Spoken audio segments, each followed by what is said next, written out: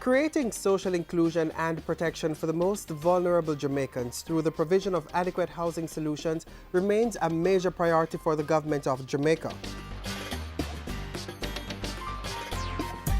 Examining housing financing for the neediest, increased public-private partnerships, strengthening law and order in informal communities, and reintroducing Operation Pride.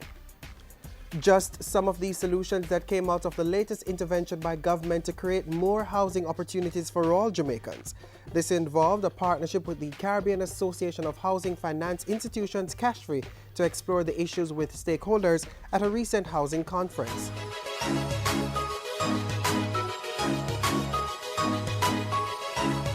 The major challenge in terms of the housing sector in Jamaica, that of providing housing at an acceptable standard to those households who cannot demonstrate effective demand for even the most basic housing unit. Left to their own devices, these households have created and will continue to create unplanned informal settlements, most of which are devoid of both basic physical infrastructure as well as social amenities.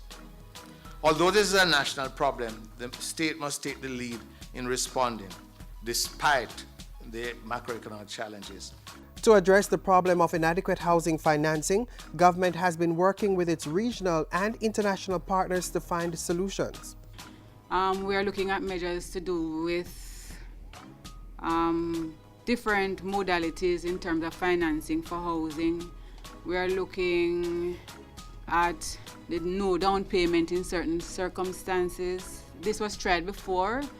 It never worked, but we do believe that with some amount of refinement, we might be able to have that as one of the options on the table. We are also looking at the type of building materials that we utilize. In Jamaica, we have a tendency to want to build with just concrete and block. And we don't want to be open to other building systems and building materials. I think we're at the stage where we have to look at things like this. We need to look at our urban spaces.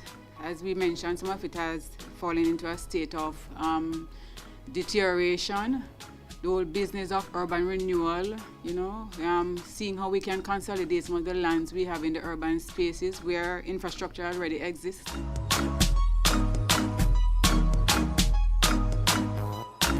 Government cannot solve the home financing problem alone, so it's looked to partnerships with the private sector as well as regional and international partners. The issues of lending and home ownership is central to the objectives of the members of the Caribbean Association of Housing Finance.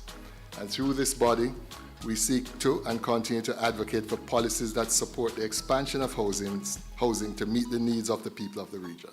An effective mobilization of savings and internal resources, equitable investment, and above all, good management are issues that still need our special attention.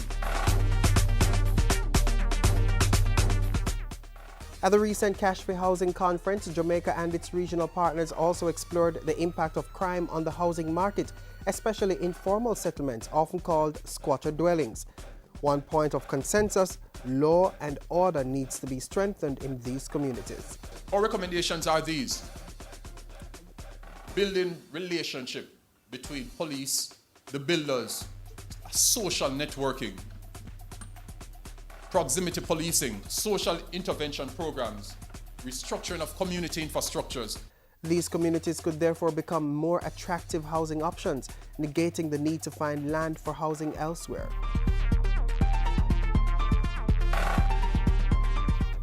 The final major plan of action put forward at this critical housing conference was to re-establish a program that was quite useful in the past in helping the neediest afford homes.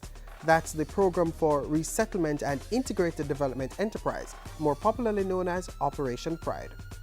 I wish at this stage to signal the intention of my ministry to execute a thorough reassessment of the program, as it represents the only realistic option available for tackling the problem of the increasing percentage of households being forced to develop formal, unregulated approaches to meet their housing demands. And We argue that the best option which the country has is to return to a revamped version of the Pride Initiative, whereby the state utilizes the assets of land to facilitate the redevelopment and formalization of what are now informal settlements into structured, regulated communities.